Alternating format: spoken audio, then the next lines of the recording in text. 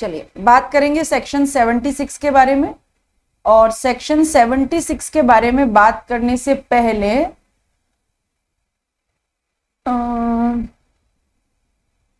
चलिए ठीक है, सेक्शन ही शुरू करते हैं। सेक्शन 76 के बारे में हम बात करेंगे और सेक्शन 76 बोलता है कि tax collected but not paid to the government, ठीक है, irrespective the supplies were taxable और नॉट।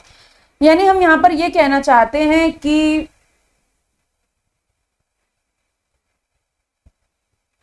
मान लीजिए एक विजय ट्रेडर्स है, विजय ट्रेडर्स ने माल बेचा एबीसी लिमिटेड को, यानी विजय ट्रेडर हो गया supplier of goods, ABC limited हो गया recipient of goods and sold goods. Vijay traders ने एबीसी लिमिटेड को माल बेचा और बदले में एबीसी लिमिटेड ने विजय ट्रेडर्स को क्या दिया? कंसीडरेशन। और क्या कंसीडरेशन दिया? Value plus GST. मान लेते हैं 1 लाख रुपए की वैल्यू और 18,000 का जीएसटी। विजय ट्रेडर की रिस्पॉन्सिबिलिटी थी कि ये 18,000 विजय ट्रेडर किसको जमा कराए? गवर्नमेंट को। बट विजय ट्रेडर ने ये 18,000 रुपए एबीसी लिमिटेड से टैक्स के नाम पर कलेक्ट तो किए, लेकिन गवर्नमेंट को जमा नहीं कराया। एंड जीएसटी लॉ में अपने आप में ये क्राइम है कि आप जीएसटी का पैसा कस्टमर से कलेक्ट कर लें और अगर गवर्नमेंट को ना जमा कराएं। It should not be done. ऐसा नहीं आपको करना है, ऐसा नहीं होना चाहिए। और अगर आपने ऐसा किया तो सेक्शन 76 अट्रैक्ट हो जाएगा और सेक्शन 76 कहता है tax collected but not paid to the government. Tax collect तो किया लेकिन गवर्नमेंट को पे नहीं किया, irrespective the supplies were taxable और नॉट। मतलब हो सकता है कि ये जो सप्लाई कर रहा है विजय ट्रेडर एबीसी लिमिटेड को, ये टैक्सेबल नहीं थी, एग्जाम थी, है ना, एग्जाम सप्लाई थी, लेकिन इस बात का विजय ट्रेडर को पता नहीं था और विजय ट्रेडर ने बिल टैक्सेबल सप्लाई मान के बना दिया। यानी सप्लाई एग्जम्प्टेड थी या टैक्सेबल थी, इस बात से कोई फर्क नहीं पड़ता।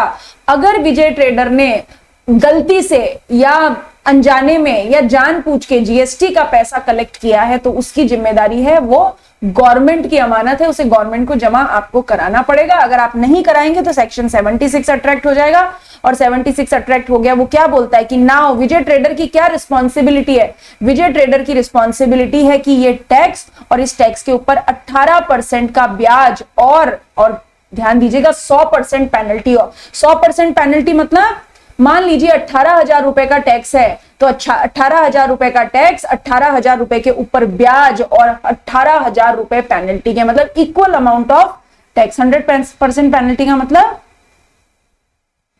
इक्वल अमाउंट ऑफ टैक्स, ठीक है, ये जमा कराना पड़ेगा। लेकिन ये पेनल्टी तभी पेएबल है जब शोकॉज नोटिस इशू हो गया। अगर शोकॉज नोटिस इशू नहीं हुआ है, ठीक है, और उसके पहले ही विजय ट्रेडर जाके अपना जीएसटी और इंटरेस्ट जमा कराते हैं तो पेनल्टी एप्लीकेबल नहीं होगी। एक और बात, जैसे अभी हमने ऊपर पढ़ा था कि नॉन फ्रॉड केसेस में शोकॉज नोटिस इशू करने का टाइम होता है 2 साल 9 महीने एनुअल रिटर्न की ड्यू डेट से, और फ्रॉड केसेस में 4 साल 6 महीने। यानी अगर ये समय लैप्स हो गया तो फिर डिपार्टमेंट आपको शोकॉज नोटिस नहीं दे पाएगा। लेकिन 76 के केस में, सेक्शन 76 के केस में शोकॉज नोटिस इशू करने की कोई टाइम लिमिट नहीं है। यानी जब गवर्नमेंट चाहे तब आपको इस गलती के लिए शोकॉज नोटिस दे सकती है। यानी टैक्स कलेक्ट करके वो पैसा आपको गवर्नमेंट को जमा कराना ही कराना है। और अगर शोकॉज नोटिस इशू हुआ तो order in original. Order in original का मतलब OIO स्टैंड फॉर, हमने पहले भी बात की थी, ऑर्डर इन ओरिजिनल। मतलब किसकी बात कर रहे हैं?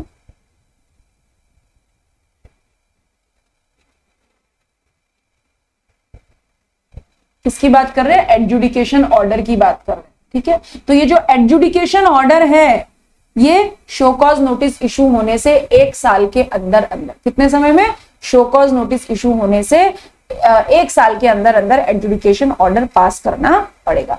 सेक्शन 7। और एक बात याद है, हमने जब सेक्शन 16 की आईटीसी की कंडीशंस पढ़ी थी तब हमने पढ़ा था कि अगर आपने जीएसटी का पैसा सप्लायर को दिया और अगर सप्लायर ने गवर्नमेंट को जमा नहीं किया तो फिर रिसिपिएंट को क्रेडिट रिवर्स करनी पड़ती। तो हमने तब ये भी बात की थी कि भाई अगर मैंने मेरे जीएसटी का पैसा सप्लायर को दे दिया और सप्लायर ने गवर्नमेंट को नहीं दिया तो इसमें मेरी क्या गलती। पर गवर्नमेंट ने कहा नहीं, अगर आपने जीएसटी का पैसा सप्लायर को दिया और सप्लायर ने गवर्नमेंट को नहीं दिया तो भी रिसिपिएंट को आईटीसी रिवर्स करनी पड़ेगी। तो रिसिपिएंट पे इंपैक्ट, रिसिपिएंट को आईटीसी रिवर्स करनी पड़ेगी, और सप्लायर पे इंपैक्ट, सरकार सप्लायर से पैसा इंटरेस्ट के साथ और अगर शो कॉज नोटिस इशू हो चुका है तो इक्विवेलेंट अमाउंट ऑफ टैक्स की पेनल्टी के साथ वसूल करेगी। इस बात में कोई डाउट है तो पूछो। सेक्शन 76 में कोई कंफ्यूजन है तो आप पूछो, बोलो।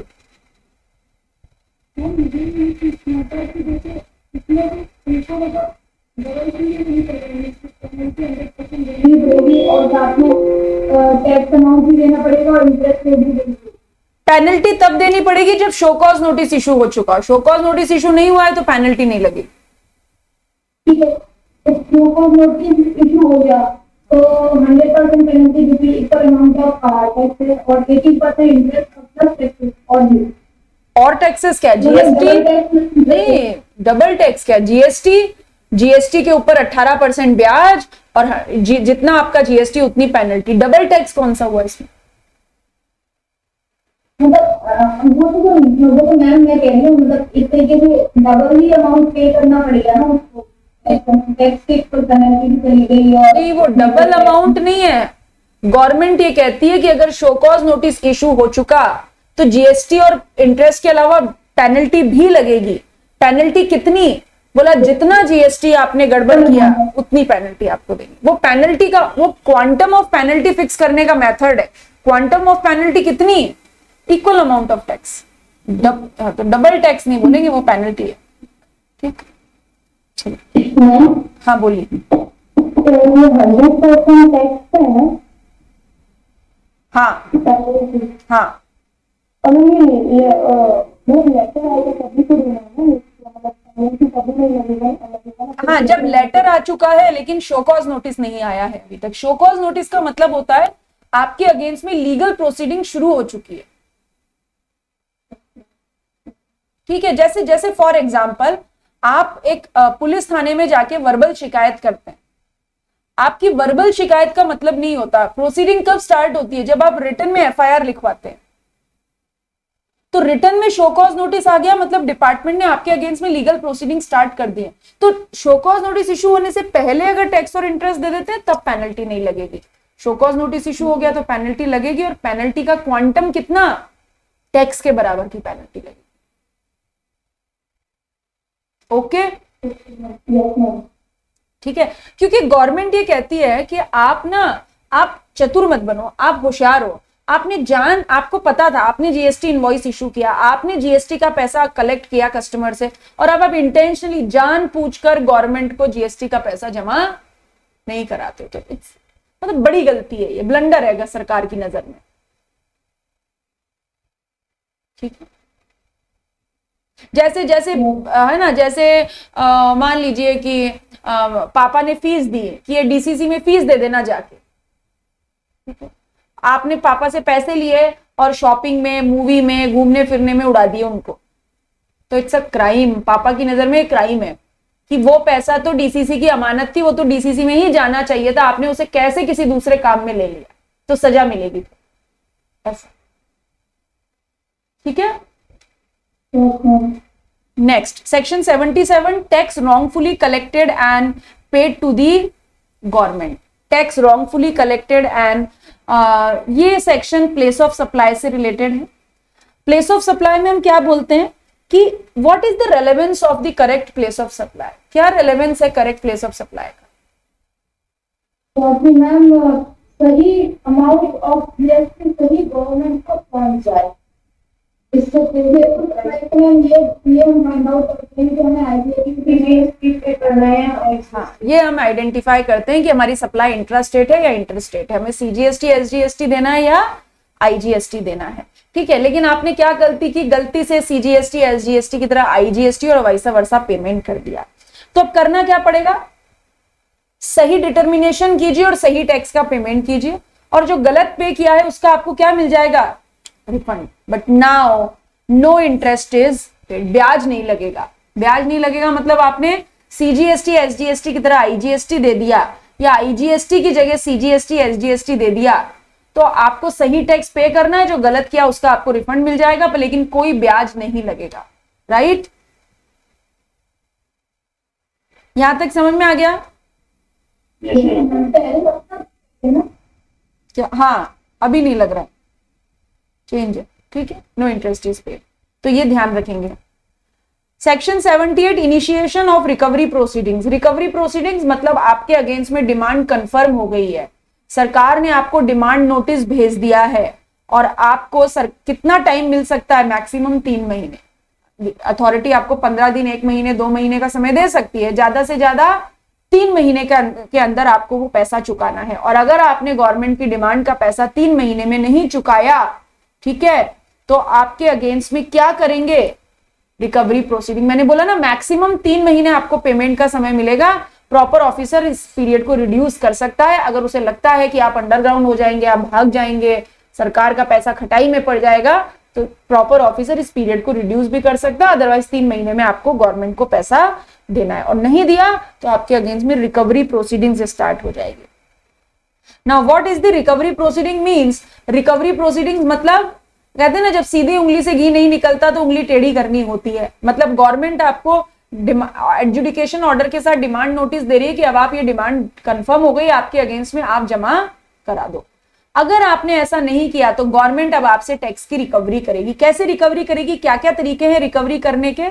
सबसे पहला तरीका, refund adjustment by proper officer. मतलब आपके अगेंस्ट में कोई रिकवरी प्रोसीडिंग स्टार्ट हुई है और आप सरकार से रिफंड मांगते हैं, है ना। मान लीजिए आप एक्सपोर्टर हैं और आपकी अनयूटिलाइज्ड आईटीसी पड़ी हुई है, आप गवर्नमेंट से रिफंड मांग रहे हैं उसका।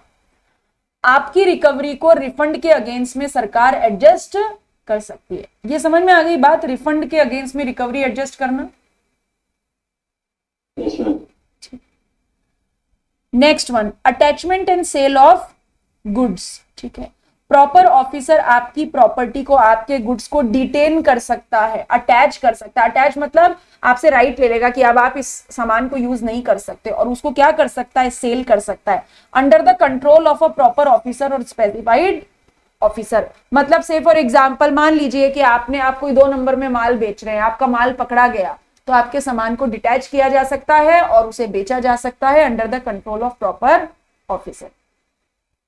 यहां पे समझ में आ गया? दूसरा पॉइंट,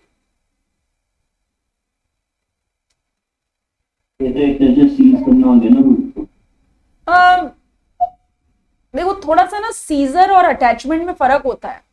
जैसे कहते हैं ना, मान लेते हैं कि आपकी एक फैक्ट्री है, ठीक है, फैक्ट्री को गवर्नमेंट ने अटैच कर दिया। अटैच करना मतलब आप, वो फैक्ट्री आपके पास ही है लेकिन आप उसे बेच नहीं सकते, आप उस फैक्ट्री से डील नहीं कर सकते किसी भी तरीके से। सीज करना मतलब क्या होता है? गवर्नमेंट पोजेशन में ले लेती है, अपने पास ले लेती है, उसे जब्त कर लेती है। अटैच करना मतलब आपके राइट खत्म कर देना। तो थोड़ा सा टेक्निकल फर्क है दोनों। तो अपन जो भी सकते हैं जब अपने पोजीशन में। हाँ, तो सबसे पहले अटैच करेगी ना, सबसे पहले अटैच करेगी मतलब गवर्नमेंट आपकी प्रॉपर्टी को बोल रही है आपके राइट खत्म, आप इन गुड्स को जो स्टॉक में पड़ा है स्टॉक में पड़े रहने दो, आप कुछ नहीं करोगे इनका। तो पहले तो अधिकार अपने पास लिया, ठीक है, और उसके बाद उसे बेच दिया, ऐसा। ठीक। Garnishee proceedings. गार्निशी प्रोसीडिंग्स का मतलब ये है कि जीएसटी डिपार्टमेंट, है ना, गवर्नमेंट का मतलब जीएसटी डिपार्टमेंट पैसा मांगता है एबीसी लिमिटेड से। एबीसी लिमिटेड के अगेंस्ट में क्या शुरू हो चुका है? रिकवरी प्रोसीडिंग्स, ठीक है। और एबीसी लिमिटेड पैसा मांगता है पीक्यूआर लिमिटेड से, यानी पीक्यूआर लिमिटेड डेटर है और एबीसी लिमिटेड क्या है? क्रेडिटर है। मान लेते हैं एबीसी लिमिटेड का 50 लाख का टैक्स ड्यू है ना, 50 लाख की रिकवरी पेंडिंग है, और एबीसी लिमिटेड पीक्यूआर लिमिटेड से मांगता है 45 लाख। इनका कुछ उधारी चल रही है, यानी एबीसी लिमिटेड को वसूल करने, एबीसी लिमिटेड की बैलेंस शीट में डेटर खड़ा हुआ है पीक्यूआर लिमिटेड 45 लाख रुपए से। ये बात समझ में आई? गवर्नमेंट एबीसी से पैसा मांगती है और एबीसी का डेटर कौन है? PQR limited. तो सेक्शन 79 गवर्नमेंट को ये पावर देता है कि गवर्नमेंट नोटिस किसको इशू कर सकती है? पीक्यूआर को। और पीक्यूआर को क्या बोलेगी? तुम पैसा अब एबीसी को नहीं दोगे, तुम पैसा हमें दोगे। This is called garnishee proceedings. मतलब प्रॉपर ऑफिसर रिटर्न में नोटिस इशू करके किसी भी दूसरे पर्सन को बोल सकता है टू कंप्लाई विद नोटिस, की नोटिस की कंप्लायंस करो एंड पे टू दी गवर्नमेंट, और जो पैसा तुम एबीसी को देने वाले थे वो पैसा हमें दो। और अगर पीक्यूआर ने सरकार के नोटिस की बात न मानी तो अब सरकार की नजरों में जैसे एबीसी डिफॉल्टर है ना, वैसे ही पीक्यूआर भी क्या हो जाएगा? डिफॉल्टर। पढ़ के देखिए और कोई डाउट है तो पूछिए। मैम पीक्यूआर डिफॉल्टर क्यों मान लिया जाता है? पर एक तरीके से वो तो अपने सारे कंप्लेंट में जीएसटी की क्यों नहीं कर रहा है? क्योंकि ऐसा सेक्शन 79 कहता है। सेक्शन 79 कहता है कि जब भी रिकवरी प्रोसीडिंग्स के लिए गवर्नमेंट को बहुत सारी पावर दी है, गवर्नमेंट की रेवेन्यू गवर्नमेंट को कलेक्ट करनी है, तो गवर्नमेंट की रेवेन्यू गवर्नमेंट आपसे कलेक्ट करेगी, अगर आपका कोई देनदार है तो उसको से भी कलेक्ट कर सकती है। पावर है सरकार के पास। सामने वाला पर्सन नहीं देता है तो उसको तो असैसिन डिफॉल्ट मान लेंगे उसको। बोले तुम्हें तो पैसा देना है ना, तुम पीक्यू एबीसी को क्यों दो? हमें दो, सरकार को दो। और जो बैलेंस अमाउंट है वो एक दिन से जो डिफॉल्ट कर रहा है हमको मिल जाएगा। हाँ। नेक्स्ट वन, अटैचमेंट, सेल और डिस्ट्रेंट ऑफ मूवेबल और इमूवेबल प्रॉपर्टी। ठीक है। नाउ इमूवेबल प्रॉपर्टी में अटैचमेंट कैसे होगा? देखो सबसे पहले मूवेबल प्रॉपर्टी की, अभी यश जो आप मुझसे पूछ रहे थे, सीज का मतलब क्या होता है? Proper officer shall seize the property and take its custody. Movable property की तो क्या ली जा सकती है? कस्टडी ली जा सकती है ना। लैपटॉप उठा के ले जा सकते हो, फर्नीचर उठा के ले जा सकते हो, कार मशीन उठा के ले जा सकते हो। तो मूवेबल प्रॉपर्टी को सीज करके प्रॉपर ऑफिसर उसकी क्या ले सकता है? कस्टडी। लेकिन इमूवेबल प्रॉपर्टी के, हनुमान जी थोड़ी हम बजरंगबली जो इमूवेबल प्रॉपर्टी की कस्टडी ले जाएंगे। इमूवेबल प्रॉपर्टी की कस्टडी तो नहीं हो सकती ना। तो इमूवेबल प्रॉपर्टी के केस में प्रॉपर ऑफिसर क्या कर लेगा? ऑर्डर, मतलब एक ऑर्डर इशू होगा और उस ऑर्डर को कहते हैं चस्पा। मतलब बोलचाल की भाषा में कहते हैं चस्पा। प्रॉपर्टी पे वो ऑर्डर चस्पा हो जाता है, मतलब चिपका दिया जाता है, जिससे ये पता चल जाता है कि अब आप ऐसा माने कि ये प्रॉपर्टी एक ही नहीं है, अब ये प्रॉपर्टी गवर्नमेंट की है। गवर्नमेंट उस प्रॉपर्टी के ऊपर नोटिस को चिपका के चली जाती है till the confirmation of sale. मतलब और मान लिया जाता अब ये प्रॉपर्टी गवर्नमेंट की है, कस्टडी ले ली गवर्नमेंट ने उसकी। पढ़ के देखिए 4th नंबर।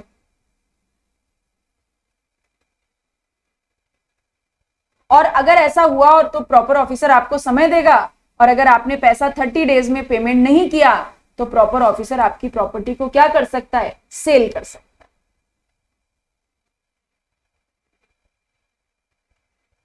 है। ठीक है। Next one, certificate proceeding.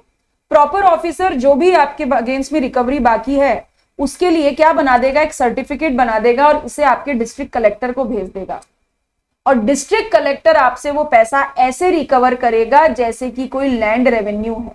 मतलब जैसे होता है ना, कलेक्टर को पावर होती है कि कोई ड्यूज, सरकार के कोई ड्यूज हैं तो वो रिकवर कर पाए। तो अगर जीएसटी डिपार्टमेंट नहीं रिकवर कर पा रहा ऊपर लिखे किसी भी तरीके से, तो जीएसटी डिपार्टमेंट बोलेगा कि हमारी इतनी रिकवरी बाकी, और कलेक्टर को भेज देगा। फिर कलेक्टर भी आपसे वो पैसा कलेक्ट कर सकता है, जैसे कि कोई लैंड रेवेन्यू के टैक्सेस बाकी होते हैं उस तरीके से कलेक्ट किया जा सकता है। कलेक्टर को भी पावर होती है। लैंड रेवेन्यू का क्या रिलेवेंस है? क्या लैंड रेवेन्यू का क्या मतलब है? लैंड रेवेन्यू का मतलब होता है, लैंड रेवेन्यू का रेलेवेंस है कलेक्टर से। जैसे जमीन पे कोई टैक्स बाकी है या बिल्डिंग पे कोई टैक्स बाकी है, ठीक है, तो वो रिकवर करने का अधिकार किसको होता है? प्रॉपर्टी टैक्स रिकवर करने का अधिकार। यानी किसी भी जिले में कोई कलेक्टर है तो कोई प्रॉपर्टी टैक्स बकाया है, उसके लिए वो कलेक्शन का अधिकार किसको बनता है? कलेक्टर को बनता है ना, डिस्ट्रिक्ट पे सुप्रीम पावर किसकी, कलेक्टर की। तो जीएसटी डिपार्टमेंट उस कलेक्टर को एक सर्टिफिकेट बना के दे देगा कि देखो ये एबीसी लिमिटेड से इतना पैसा बाकी है। अब कलेक्टर आपसे वो पैसा ऐसे रिकवर करेगा जैसे कोई लैंड रेवेन्यू का पैसा हो, लैंड से रिलेटेड टैक्सेस है। लैंड से रिलेटेड टैक्सेस का मतलब जो लैंड से रिलेटेड टैक्सेस होते हैं ना, वहां पे रिकवर करने की होल एंड सोल पावर किसके पास होती है, कलेक्टर के पास होती है। तो जैसे कलेक्टर लैंड रेवेन्यू को रिकवर करता वैसे जीएसटी भी कलेक्ट कर लेगा आपसे।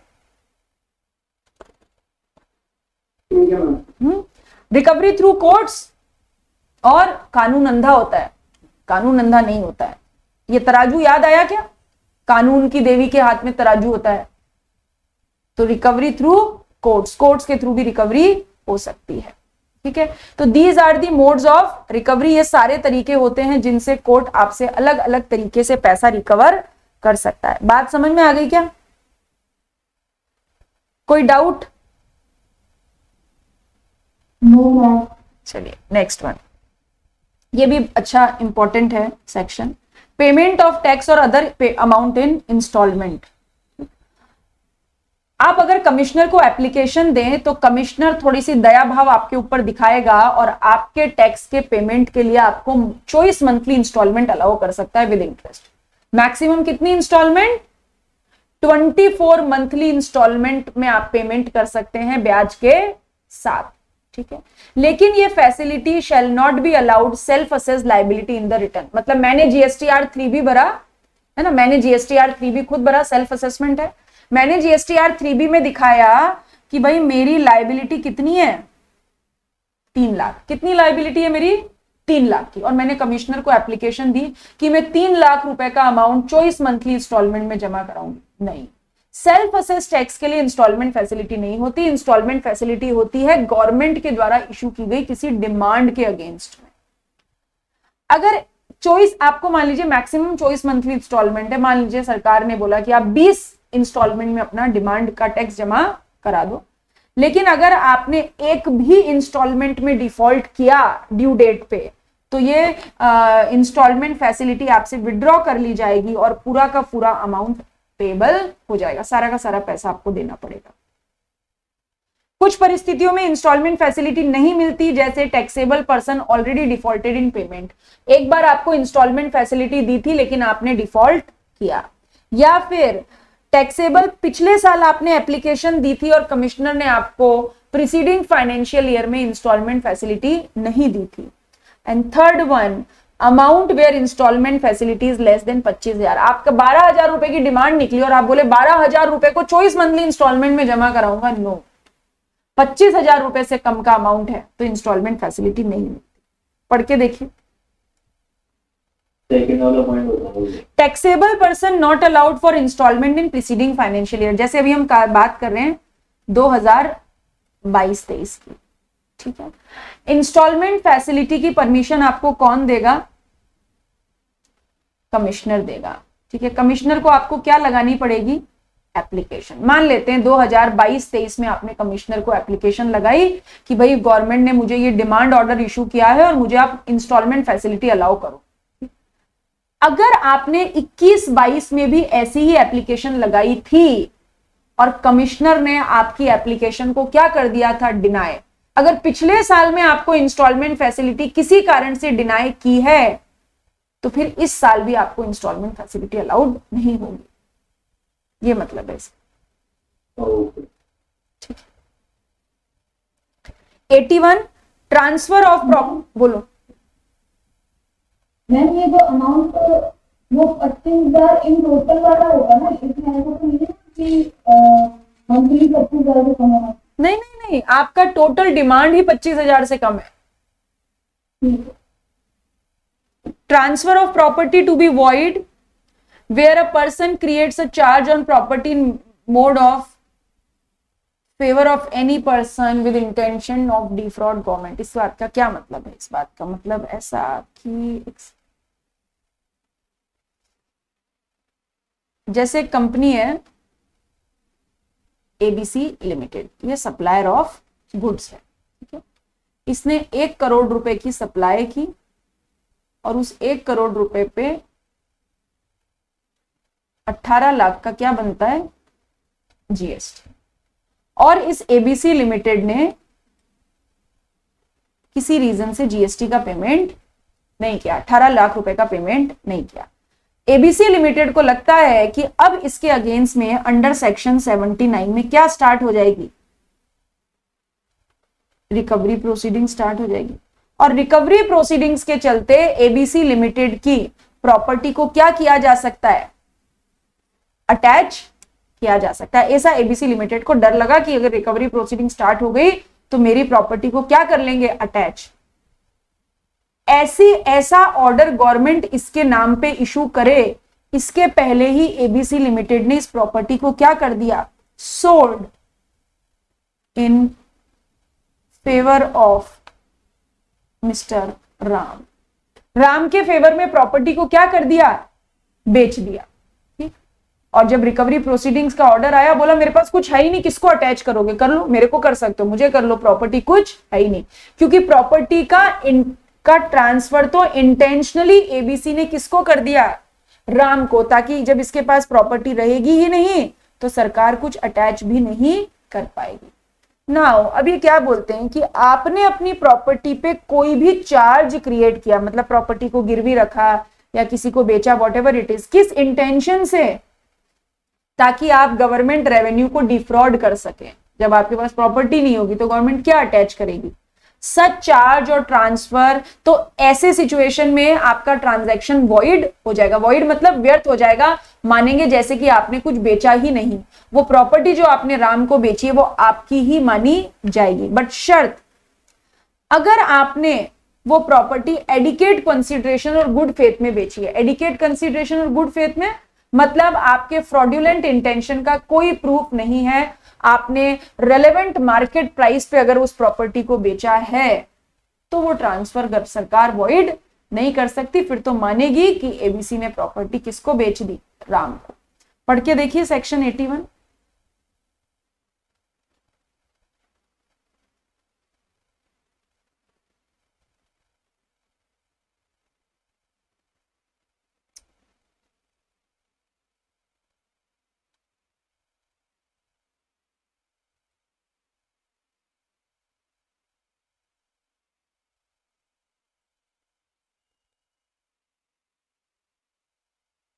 कुछ पूछना है इसमें, सेक्शन 81 में कोई डाउट है आपको?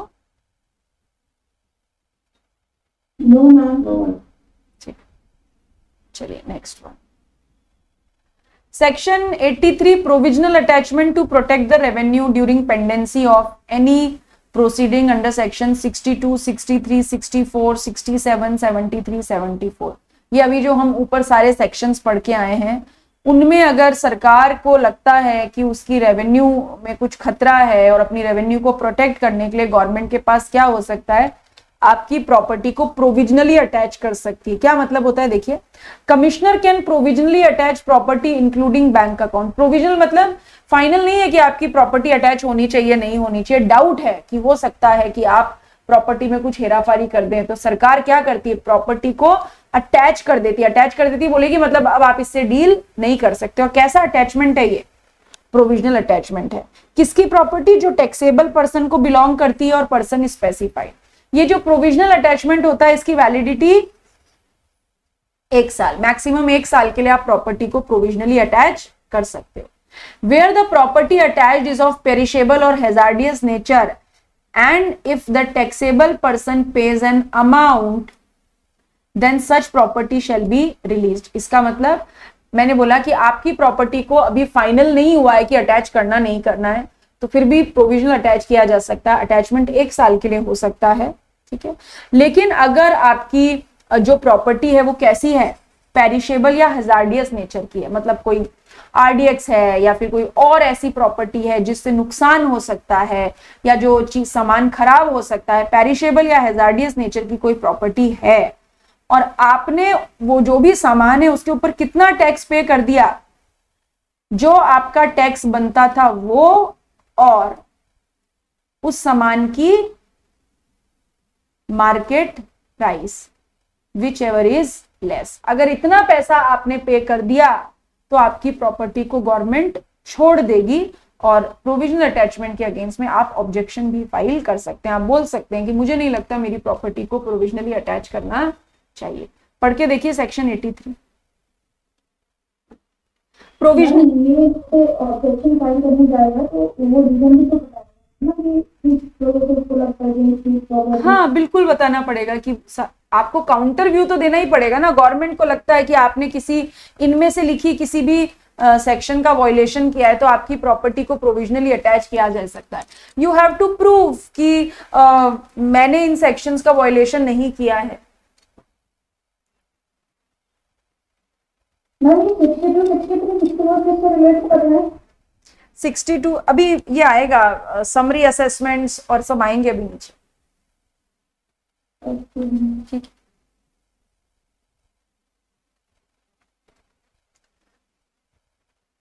बढ़े आगे section 84 continuation and validation of certain recovery proceedings. ठीक है। Where any demand notice is served and any appeal or revision application is filed or any other proceedings is initiated. ठीक है। मतलब रिकवरी प्रोसीडिंग्स अगर कंटिन्यू करनी है तो कैसे की जाएगी। मान लीजिए कोई भी डिमांड नोटिस सर्व किया जाता है और उस डिमांड नोटिस के अगेंस्ट में अपील फाइल हो चुकी है या कोई रिविजन हो चुका है, व्हाटएवर इट इज। अगर अपील के कारण या रिवीजन के कारण जो ड्यू होता है, मतलब जो रिकवरी का अमाउंट होता है, अगर वो एनहेंस हुआ तो कमिश्नर क्या करेगा, एक सेपरेट नोटिस आपको सर्व करेगा। लेकिन अगर गवर्नमेंट के ड्यू इंक्रीज नहीं होते हैं बल्कि रिड्यूस हो जाते हैं तो it shall be necessary to serve a fresh notice. Fresh notice का मतलब, जैसे मान लीजिए ऐसा बोलूंगी कि मेरे अगेंस्ट में 1 लाख रुपए की डिमांड थी। ठीक। अभी हुआ क्या कि गवर्नमेंट ने मेरा केस अपील में जाता है, रिवीजन में जाता है, और जो अपीलेट अथॉरिटी है बोलती है कि भाई अपीलेट अथॉरिटी है, वो अपीलेट अथॉरिटी बोलती है कि जो गवर्नमेंट अपीलेट अथॉरिटी बोलती है कि गवर्नमेंट के ड्यू क्या हो गए, गवर्नमेंट के ड्यू इनहेंस हो गए हैं। ठीक है। अब गवर्नमेंट के ड्यू इनहेंस हो गए तो मान लीजिए कि पहले जो मेरे को नोटिस सर्व किया गया था वो 1 करोड़ रुपए का था और अपीलेट अथॉरिटी ने ड्यूज को 50 लाख रुपए से और इनहेंस कर दिया, तो 50 लाख रुपए के लिए क्या इशू कर देगी, अनादर नोटिस। अनादर नोटिस मतलब जो 1 करोड़ का था वो था, उसके अलावा 50 लाख का नोटिस और इशू कर देगी। लेकिन अगर रिड्यूस हो गए हैं तो अनादर नोटिस इशू नहीं करेगी, इस पुराने वाले को कैंसिल करेगी और एक फ्रेश नोटिस मेरे अगेंस्ट में इशू करेगी। फ्रेश नोटिस का मतलब फाइनल नोटिस जिसमें रिड्यूस्ड रिकवरी अमाउंट मेंशन होगा। पढ़ के देखिए।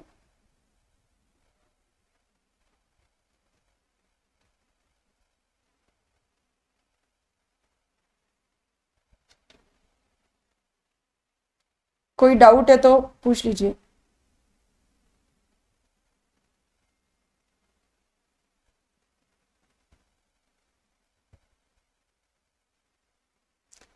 ठीक है। अभी ना हम 5 मिनट का ब्रेक लेते हैं, 10 मिनट्स का, and we will meet at 12। 12 बजे हम क्लास वापस कंटिन्यू करेंगे।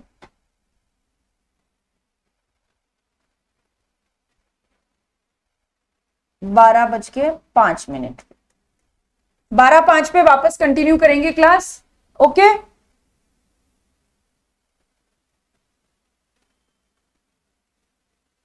ठीक।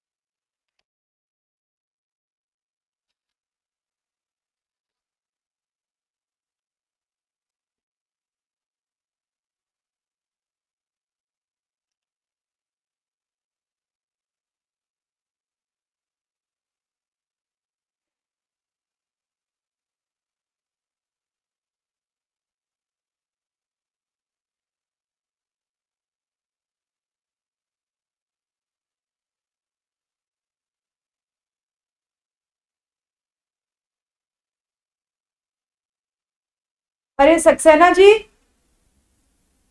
एक मिनट सुनो।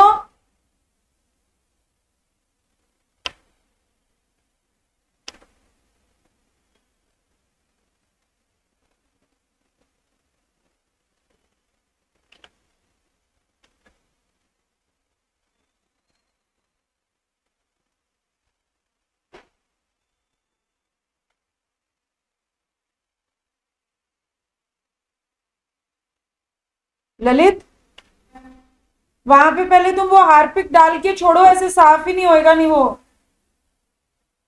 इस वाले वॉशरूम में।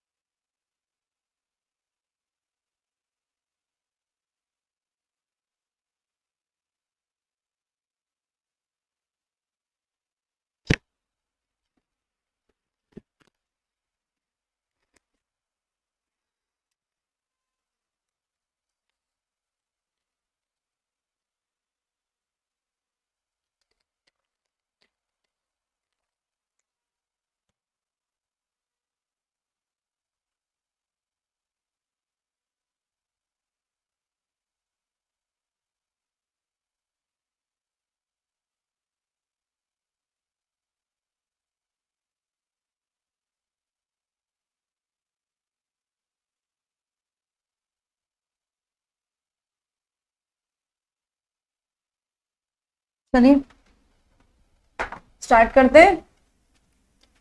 और सेक्शन 81 में डाउट है। एक सेकेंड, पूछो पूछो।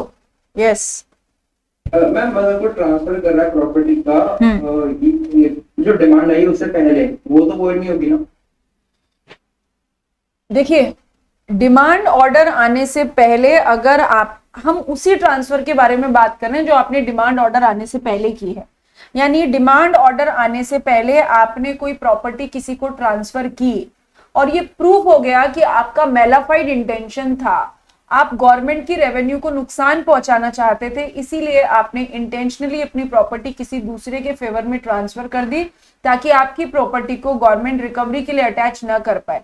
तो उस सिचुएशन में ऐसा ट्रांसफर वॉइड होगा।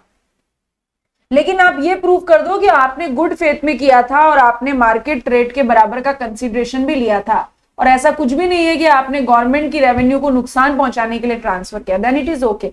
बट ऑनस ऑन यू, भार किसके ऊपर है प्रूफ करने का? टैक्सेबल पर्सन के ऊपर भार। देखिए, डिमांड ऑर्डर आने के बाद तो आप ट्रांसफर कर ही नहीं सकते। ये बात कब की है? डिमांड ऑर्डर आने से पहले प्रूव हो जाता है कि आपने इंटेंशनली प्रॉपर्टी को ट्रांसफर किया है ताकि आप गवर्नमेंट रेवेन्यू को नुकसान पहुंचा सको। ठीक है मैम। चलिए, अब हम बात करेंगे एडवांस रूलिंग के बारे में। ठीक, क्या है एडवांस रूलिंग? बोलिए बोलिए। मैम एक क्वेश्चन बता दो, मतलब मॉड्यूल में है, इंस्ट्रक्शन से रिलेटेड है। किससे? ये इंस्ट्रक्शन प्रोसीजर। हाँ, मॉड्यूल के हम सारे क्वेश्चन करेंगे शिवानी, मॉड्यूल के हम सारे क्वेश्चन करेंगे। मैं करवाऊंगी आपको यहाँ क्लास में क्वेश्चन सारे, एक एक क्वेश्चन करेंगे हम मॉड्यूल का, है ना। पर क्या होगा कि मॉड्यूल में ना कई जगह क्वेश्चन में प्रोविजन का कॉम्बिनेशन है, तो जैसे ही हम प्रोविजन खत्म कर लेंगे ये जीएसटी के एडवांस टॉपिक्स वाले, we will pick the study material. आप कौन से स्टडी मटेरियल की बात करें, 2016 की, 2022 की? हाँ ठीक है, तो हम सारे सवाल करेंगे, आप निश्चिंत। अपन नॉर्मल जो पहले के टॉपिक थे जो अपन ने इंटर वाले पढ़े हैं उसके लिए करेंगे। नहीं, यहाँ उसके लिए आप इंटर की क्लास ले सकते हैं, वो यहाँ पर नहीं होगा। फाइनल की क्लास में जो एडवांस टॉपिक्स, हाँ क्वेश्चन आप पूछिए। ये जब ये टॉपिक खत्म हो जाएगा उसके बाद आप पूछ सकते हैं, मैं बता दूंगी आपको जो भी क्वेश्चन आपको पूछे, बिल्कुल, है ना। हाँ ठीक। और चलिए, तो एडवांस रूलिंग के बारे में बात करते हैं। एडवांस रूलिंग देखिए नाम ही क्या है, एडवांस रूलिंग, मींस कोई प्रोविजन जो आपको पता नहीं है या कोई प्रोविजन जो लॉ में लिखा हुआ नहीं है। देखिए जो लॉ में लिखा हुआ प्रोविजन है, कोई सेक्शन है, कोई नोटिफिकेशन है, कोई रूल है, वो तो मुझे भी पता है, आपको भी पता है, गवर्नमेंट ऑफिसर को भी पता है, वहां कोई कंफ्यूजन नहीं है।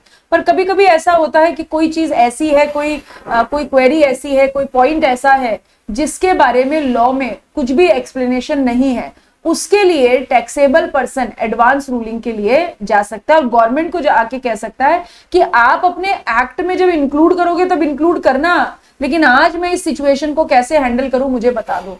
तो what is the advance ruling? Advance में कानून के बारे में पता करना। एडवांस में मतलब वो चीज अभी एक्ट में इनकॉर्पोरेट नहीं हुई है और आप उसे क्या कर रहे हैं, आप उसे इंप्लीमेंट करना चाहते हैं, आप उसे एप्लीकेबल करके उसके ऊपर डिसीजन लेना चाहते हैं। तो एडवांस रूलिंग के लिए एप्लीकेंट कौन होगा?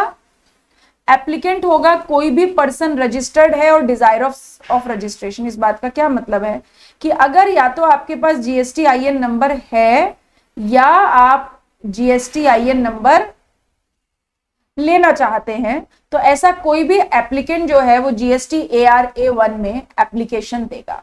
ठीक है, किस बात के लिए एप्लीकेशन दे रहा है? एडवांस रूलिंग के लिए एप्लीकेशन दे रहा है। तो एप्लीकेशन किसको देगा? टू होम 5,000 की फीस और रिक्वायर्ड डॉक्यूमेंट्स के साथ एप्लीकेशन देगा अथॉरिटी ऑफ एडवांस रूलिंग को, है ना। जो एडवांस रूलिंग की अथॉरिटी है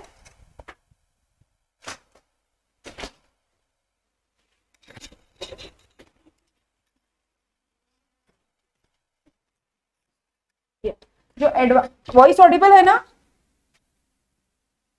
यस मैम। हाँ, तो जो एडवांस रूलिंग की अथॉरिटी है उसको एप्लीकेशन दी जाएगी।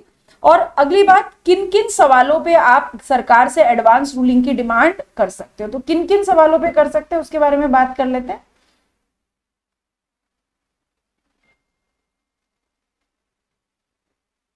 अगर आपको क्लासिफिकेशन नहीं पता, जैसे हमने बात की कि जीएसटी रेट शेड्यूल में जीएसटी की रेट दी होती है according to HSN number, harmonize system of nomenclature के हिसाब से जीएसटी रेट दी होती है। तो किसी प्रोडक्ट को जो आप सप्लाई कर रहे हैं, गुड्स या सर्विसेज व्हाटएवर इट इज, इसके ऊपर आपको जीएसटी रेट नहीं समझ में आ रही है कि क्या लगनी चाहिए, तो उसके लिए आप एडवांस रूलिंग पे जा सकते हो। सरकार ने कोई नोटिफिकेशन इशू किया, आपको नहीं समझ में आ रहा कि उस नोटिफिकेशन की एप्लीकेबिलिटी आपके ऊपर है या नहीं है। Determination of time and value, आप टाइम ऑफ सप्लाई नहीं कैलकुलेट कर पा रहे हो, आप वैल्यू ऑफ सप्लाई नहीं कैलकुलेट कर पा रहे हो। चौथा सवाल, एडमिसिबिलिटी ऑफ आईटीसी, नहीं आपको समझ में आ रहा है कि हमें आईटीसी मिलनी चाहिए या नहीं मिलनी चाहिए। Determination of the liability to pay tax, यही नहीं पता चल रहा कि आपके द्वारा की गई एक्टिविटी को सप्लाई माने या ना माने, ठीक है। या फिर रजिस्ट्रेशन, कि क्या कोई एप्लीकेंट रजिस्ट्रेशन के लिए रिक्वायर्ड है या नहीं है, या कोई एक्टिविटी सप्लाई है या नहीं।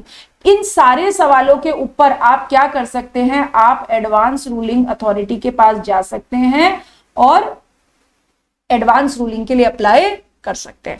तो जब भी एडवांस रूलिंग अथॉरिटी के पास आप एप्लीकेशन लेके जाएंगे, एप्लीकेंट मतलब मैं और आप जैसे एप्लीकेंट एडवांस रूलिंग अथॉरिटी के पास जाएंगे, हमारी एप्लीकेशन की एक कॉपी कंसर्न ऑफिसर को, कंसर्न ऑफिसर मतलब जो हमारा जुरिस्डिक्शनल ऑफिसर होगा, उसको एडवांस रूलिंग अथॉरिटी फॉरवर्ड कर देगी ताकि उसका फीडबैक ले सके कि वो इस बारे में क्या कहना चाहता है, ठीक है। नाउ अगर एडवांस रूलिंग अथॉरिटी, अब एडवांस रूलिंग अथॉरिटी का मतलब कोई एक पर्सन थोड़ी होता होगा।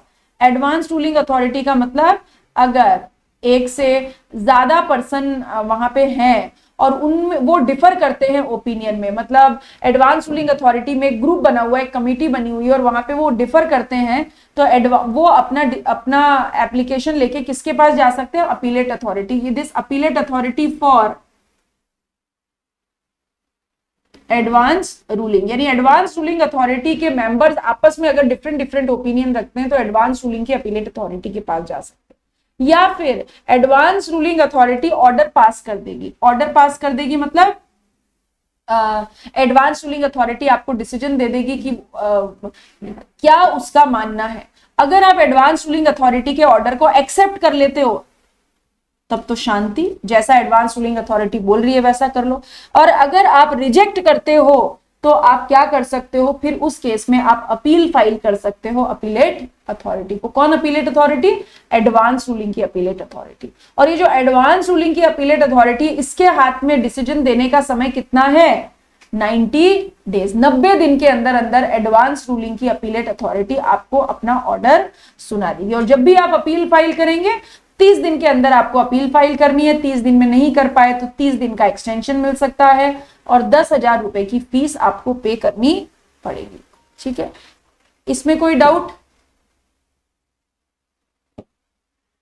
एप्लीकेशन अलाउ नहीं होगी अगर आपका कोई ऐसा मैटर है which is pending against appeal, मतलब सुप्रीम कोर्ट में, हाई कोर्ट में कोई मैटर पेंडिंग चल रहा है, या ऑलरेडी कोई मैटर डिसाइड हो चुका है जीएसटी अपीलेट ट्रिब्यूनल के द्वारा, मैटर पेंडिंग है, ऑलरेडी डिसाइडेड है, उस मुद्दे के ऊपर आप एडवांस रूलिंग के लिए नहीं जा सकते। क्योंकि हम एडवांस रूलिंग में क्या बोल रहे हैं कि हमें पता ही नहीं क्या करना है। तो अगर कोई ऑर्डर ऑलरेडी पास हो चुका है, इसका मतलब तो अथॉरिटी ने क्लैरिटी दे दी है, लेकिन कोई क्लैरिटी नहीं दी है, कोई ऑर्डर पास नहीं हुआ है, कोई मैटर पेंडिंग नहीं चल रहा है, ठीक है, तभी आप एडवांस रूलिंग के पास जा सकते हो। एडवांस रूलिंग अथॉरिटी अपने ऑर्डर प्रोनाउंस करेगी 90 दिन में। यानी टाइम पीरियड क्या देखेंगे, टाइम पीरियड क्या ध्यान रखेंगे कि एक हो गई एडवांस रूलिंग अथॉरिटी और एक हो गई appellate authority of advance ruling. Advance ruling authority के हाथ में भी डिसीजन देने का समय कितना है?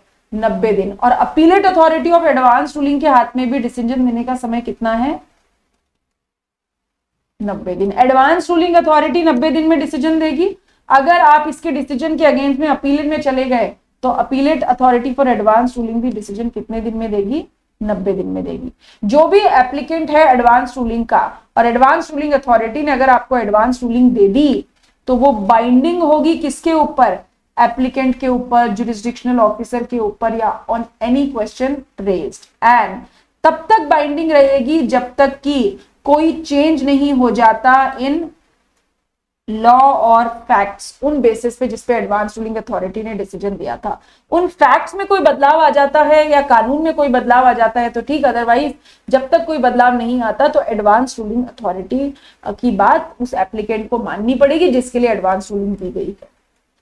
Advance ruling can be declared void ab initio. इस बात का मतलब है कि एक बार एडवांस रूलिंग प्रोनाउंस हो गई लेकिन बाद में पता चला कि जिन फैक्ट्स के बेसिस पे एडवांस रूलिंग दी गई थी वो फैक्ट्स फ्रॉड्यूलेंट थे या मिस रिप्रेजेंट किए गए थे, तो एडवांस रूलिंग अथॉरिटी, ठीक है, या appellate authority for advance ruling में declare it void ab initio. तो एडवांस रूलिंग अथॉरिटी या appellate authority of advance ruling की डिसीजन वॉइड हो सकती है। ठीक है, इस एडवांस रूलिंग को पढ़ के देख लीजिए, इसमें कोई डाउट है तो पूछे। आपके मॉड्यूल में आप जब एडवांस रूलिंग देखेंगे बहुत लंबा चौड़ा कंबरसम प्रोसेस दिया हुआ है, but this is the best summary. आप इतने इस प्रोविजन में सब कुछ कवर हो गया एडवांस रूलिंग के बारे में, जो आप सवाल करना चाहेंगे या प्रोविजन लिखना चाहेंगे पढ़ के देख लीजिए। एडवांस रूलिंग कोई डाउट होता है तो पूछिए।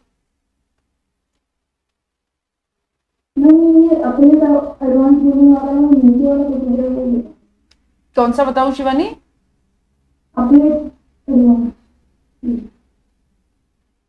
ये ऊपर भी देता है ना कि मेंबर का ओपिनियन डिफर हो जाता है तो उसे अपीलेट अथॉरिटी में जाएंगे। हाँ, तो उसके बाद ये मुझे थोड़ा सा निवेदन आ रहा है कि वो फीस जब देगा तो ये कब देगा? ये अपीलेट अथॉरिटी वाले में जाएगा तब देगा या पहले ही जब ऑर्डर पास करेगा? देखो, अथॉरिटी ऑफ एडवांस रूलिंग क्या हुआ? ये अथॉरिटी ऑफ एडवांस रूलिंग, ये अथॉरिटी ऑफ एडवांस रूलिंग, इसने अपना डिसीजन, मतलब मेंबर डिफर की बात करते हैं। कोई एप्लीकेंट है, वो अपना केस लेके गया अथॉरिटी ऑफ एडवांस रूलिंग के बारे में, और अथॉरिटी ऑफ एडवांस रूलिंग में जितने भी मेंबर हैं वो क्या करते हैं? डिफर करते हैं ओपिनियन में। कोई कुछ बोलता है, कोई कुछ बोलता है। तो एडवांस रूलिंग अथॉरिटी के डिसीजन के अगेंस्ट में कहां जा सकते हैं? Appellate authority of advance ruling. कहां जा सकते हैं? Appellate authority of advance ruling के पास जा सकते हैं। अब appellate authority of advance ruling के पास अगर आप गए तो appellate authority of advance ruling कितने दिन में डिसीजन दे देगी? 90 दिन में डिसीजन दे देगी। एक ऑप्शन। दूसरा तरीका ये कि एडवांस रूलिंग अथॉरिटी ने अपना डिसीजन। और समय कितना है इनके पास जाने के लिए? 30 डेज के अंदर आप जा सकते हो। अगर 30 डेज में नहीं जा पाए तो 30 डेज का आप क्या ले सकते हो?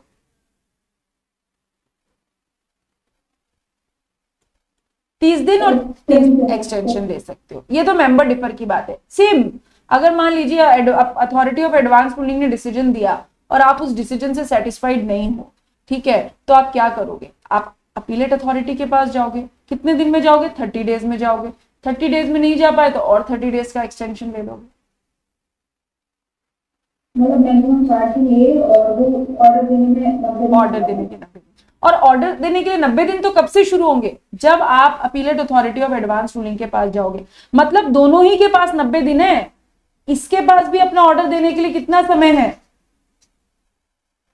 90 दिन। और अपीलेट अथॉरिटी के पास भी कितना समय है? 90। राइट। मैम ऊपर वाले के पास 40 डेज हो गए, मतलब कम है कैसे हुआ? 90 डेज तो इसको मिल इससे तो मिल गए, ठीक है, तो वो दे रहा है तो अथॉरिटी ऑफ एडवांस नहीं है। आज मैं अथॉरिटी ऑफ एडवांस रूलिंग, जैसे आप अथॉरिटी ऑफ एडवांस रूलिंग हो, मैं आज आपके पास कोई एप्लीकेशन लेके आऊं, आपने मेरी एप्लीकेशन रिसीव कर ली ना। अब एप्लीकेशन रिसीव करने से आप कितने दिन में डिसीजन दे सकते हो? 90 दिन में डिसीजन दे सकते हो। आपने 90 दिन में डिसीजन दिया, आपने मान लो 80 दिन पे डिसीजन दे दिया। जिस दिन आपने 80 दिन पे मुझे डिसीजन दिया, अब इस 80 दिन के अगले 30 दिन के अंदर अंदर मैं क्या कर सकती हूं? Appellate authority of advance ruling के पास जा सकती हूँ। और अगर 30 दिन में नहीं गई तो 30 दिन का एक्सटेंशन भी मिल सकता है। अब जैसे ही मैं अपीलेट अथॉरिटी के पास जाऊंगी, अपीलेट अथॉरिटी के हाथ में भी कितना समय है? 90 डेज। अभी ठीक। चलो अब हम बात करेंगे अपील्स एंड रिवीजन की। अब ये अपील कहां से आ गया? देखो, कल हमने बात की थी, क्या हमने फ्लो समझा था? सबसे पहले आपके पास एक लेटर आएगा, लेटर का रिप्लाई दे दो। रिप्लाई सेटिस्फैक्ट्री हुआ तो शांति, अदरवाइज अशांति। अशांति क्या होगी? डिपार्टमेंट आपको लेटर के अगेंस्ट में क्या इशू करके दे देगा? Show cause notice. Show cause notice का जवाब शांति है, सही सेटिस्फैक्ट्री है तो बात खत्म। अदरवाइज शो कॉज नोटिस के अगेंस्ट में क्या इशू होता है? Adjudication order. या तो सेक्शन 73 में होगा या सेक्शन 74 में होगा। जैसे ही एडजुडिकेशन ऑर्डर आया, डिपार्टमेंट आपके अगेंस्ट में क्या इशू कर देगा? एडजुडिकेशन ऑर्डर के अगेंस्ट में क्या इशू कर देगा? Demand notice. इस डिमांड नोटिस का 3 महीने मैक्सिमम में पेमेंट कर दो। अगर 3 महीने में पेमेंट नहीं किया तो आपके अगेंस्ट में रिकवरी प्रोसीडिंग स्टार्ट हो जाएगी। या आपके पास एक ऑप्शन और क्या है कि एडजुडिकेशन ऑर्डर के अगेंस्ट में आप कहां जा सकते हो? अपील में। एडजुडिकेशन ऑर्डर के अगेंस्ट में आप कहां जा सकते हो? अपील में जा सकते हो। ये बात समझ में आई क्या? एडजुडिकेशन ऑर्डर के अगेंस्ट में अपील कर सकते हैं। ये बात समझ में आई क्या? कुछ कंफ्यूजन हो रहा है तो बोलिए इसमें। एडजुडिकेशन ऑर्डर मतलब OIO, ऑर्डर इन ओरिजिनल। तो सबसे पहले जो आप अपील फाइल कर सकते हैं अपीलेट अथॉरिटी के पास, है ना, सबसे पहले जो अपीलेट अथॉरिटी है जीएसटी लॉ में, ठीक, यानी एडजुडिकेशन ऑर्डर के अगेंस्ट में अगर आप अपील करना चाहें तो सबसे पहला लेवल है अपील करने का ए stands for AA stands for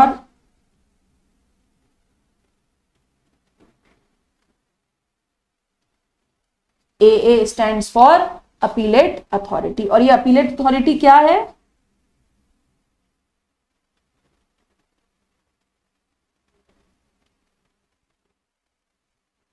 commissioner appeal. सबसे पहले आप कमिश्नर अपील्स के पास जा सकते हैं, ठीक है। कमिश्नर अपील्स के पास जाने का कितना समय है? 3 मंथ, यानी एडजुडिकेशन ऑर्डर से 3 महीने के अंदर आप कमिश्नर अपील्स के पास जा सकते हो। और अगर 3 महीने में नहीं जा पाए तो कमिश्नर अपील आपको क्या दे देगा?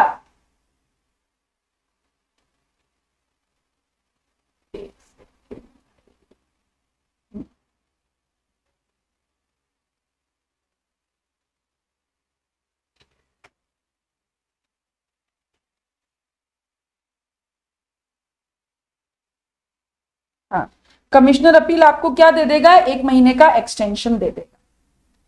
ठीक है, कमिश्नर अपील आपका एक्सटेंशन दे देगा अगर आप कमिश्नर अपील ने आपकी मतलब अपील को एक्सेप्ट किया तो आपको टैक्स इंटरेस्ट पेनल्टी का पेमेंट करना पड़ेगा। कितना पेमेंट करना पड़ेगा, कितना पेमेंट करना पड़ेगा, मतलब अपील करने के लिए आपको कुछ पैसा, कुछ टैक्स इंटरेस्ट का पैसा आपको गवर्नमेंट को जमा कराना पड़ेगा, तभी आपकी अपील अपीलेट अथॉरिटी सुनेगी। कितना पैसा जमा कराना पड़ेगा, डिस्प्यूटेड अमाउंट का 10% ऑफ टैक्स, जो भी आपका डिस्प्यूटेड अमाउंट है। मतलब देखिए, एडजुडिकेटिंग अथॉरिटी ने 5 लाख की डिमांड इशू की, कितनी, 5 लाख की। इसमें से आपको लगता है हाँ 1 लाख रुपए तो मुझे देने पड़ेंगे, तो आपने 1 लाख रुपए तो एक्सेप्ट कर लिया। जो आपने एक्सेप्ट कर लिया वो तो आपको टैक्स इंटरेस्ट पेनल्टी चुकानी ही पड़ेगी। बाकी का बचा क्या, 4 लाख। 4 लाख क्या है, डिस्प्यूटेड अमाउंट है। तो जो भी डिस्प्यूटेड अमाउंट है उसका 10% आपको प्री डिपॉजिट करना पड़ेगा। और ये जो प्री डिपॉजिट है ये सीजीएसटी एक्ट में मैक्सिमम 25 करोड़ और आईजीएसटी एक्ट में मैक्सिमम 50 करोड़ हो सकता है। इतना प्री डिपॉजिट आपको देना पड़ेगा, तब कमिश्नर अपील आपकी बात सुनेगा। ठीक है, पावर टू, ये हटा दो। किन मुद्दों के ऊपर कमिश्नर अपील आपकी बात सुनेगा, question of law and question of fact, किसी लॉ का इंटरप्रिटेशन है या किसी और चीज के बारे में बात सुनेगा। Suggestive time limit for order, commissioner appeals के पास 1 साल का समय है, यानी जब आप कमिश्नर अपील्स के पास जाएंगे 1 साल के अंदर आपको ऑर्डर इशू करके दे देगा। और मान लेते हैं कि एडजुडिकेशन ऑर्डर आपके फेवर में आया है ना, एडजुडिकेशन ऑर्डर आपके फेवर में आया, तो फिर तो आप अपील में नहीं जाओगे ना, फिर अपील में कौन जाएगा, जीएसटी डिपार्टमेंट जाएगा। जीएसटी डिपार्टमेंट भी कमिश्नर अपील्स के पास अपील कर सकता है और उनके पास समय कितना है, 6 महीने और 1 महीने का एक्सटेंशन। ठीक है, ये पढ़ के देखिए आप कमिश्नर अपील वाली बात, ये कमिश्नर अपील वाली बात पढ़ के देखिए, कोई डाउट होता है तो पूछिए।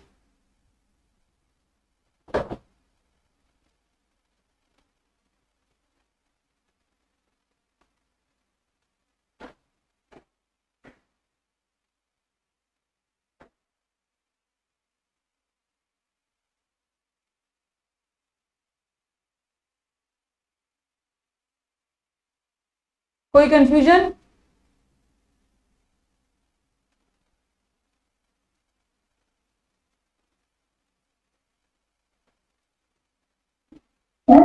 हाँ बोलो। मैम जैसे कि यहाँ पे ये जो डिस्प्यूटेड अमाउंट का 10% दे रहे हैं, तो ये बाबा थोड़ी ना लगेगा, ये तो हम ईमान भी दे रहे हैं कि नहीं नहीं, बिल्कुल मिल जाएगा। ठीक है, मतलब कैसे मिल जाएगा, जैसे फॉर सुनो, मैंने अभी आपको बोला कि आपके अगेंस्ट में एडजुडिकेशन ऑर्डर आया। एडजुडिकेशन ऑर्डर मतलब किसके फेवर में आया, जीएसटी डिपार्टमेंट के फेवर में आया, और किसके अगेंस्ट में आया, टैक्सेबल पर्सन के अगेंस्ट। ठीक है, कितनी डिमांड आई, 5 लाख की। 1 लाख की डिमांड आपने एक्सेप्ट कर ली और 4 लाख की डिमांड के अगेंस्ट में क्या है, डिस्प्यूट। तो 4 लाख के डिस्प्यूटेड अमाउंट के लिए आप कहां गए, अपीलेट अथॉरिटी के पास। अब अपीलेट अथॉरिटी को आपको सबसे पहले तो 4 लाख का 10% मतलब 40,000 रुपए आपको प्री डिपॉजिट करने पड़ेंगे। अब अगर अपीलेट अथॉरिटी ने आपके फेवर में डिसीजन दिया तो ये 4,000 रुपए आपको रिफंड हो जाएंगे, और अगर आपके अगेंस्ट में डिसीजन दिया तो ये फाइनल डिमांड में एडजस्ट हो जाएंगे। मतलब अगर आपके अगेंस्ट में डिसीजन दिया तो अब आपको बाकी के 3,60,000 ही जमा कराने पड़ेंगे। ठीक है, ओके। और मैम जैसे कि अब यहाँ पे ये चीज मैंडेटरी है कि एक्सेप्ट खुद करना ही पड़ेगा। क्या मैंडेटरी है यहाँ पे मैंडेटरी है ऐसा कि पेमेंट में एक्सेप्टेड टैक्स, वो तो पहले तो बोला इतना एक्सेप्टेड तो है ही है। नहीं, अगर आप पूरे के पूरे 5 लाख के लिए चले जाओ ना, आप पूरे के पूरे 5 लाख को डिस्प्यूटेड मान लो, पूरे 5 लाख के लिए अपील में चले जाओ, चलेगा। है ना। हाँ, और उस सजेस्टेड टाइम लिमिट को ऑर्डर मतलब 1 साल के अंदर अंदर वो डिसीजन ले सकते अथॉरिटी डिसीजन लेगी, अपीलेट सजेस्टिव टाइम लिमिट मतलब अपीलेट अथॉरिटी अपना ऑर्डर दे देगी।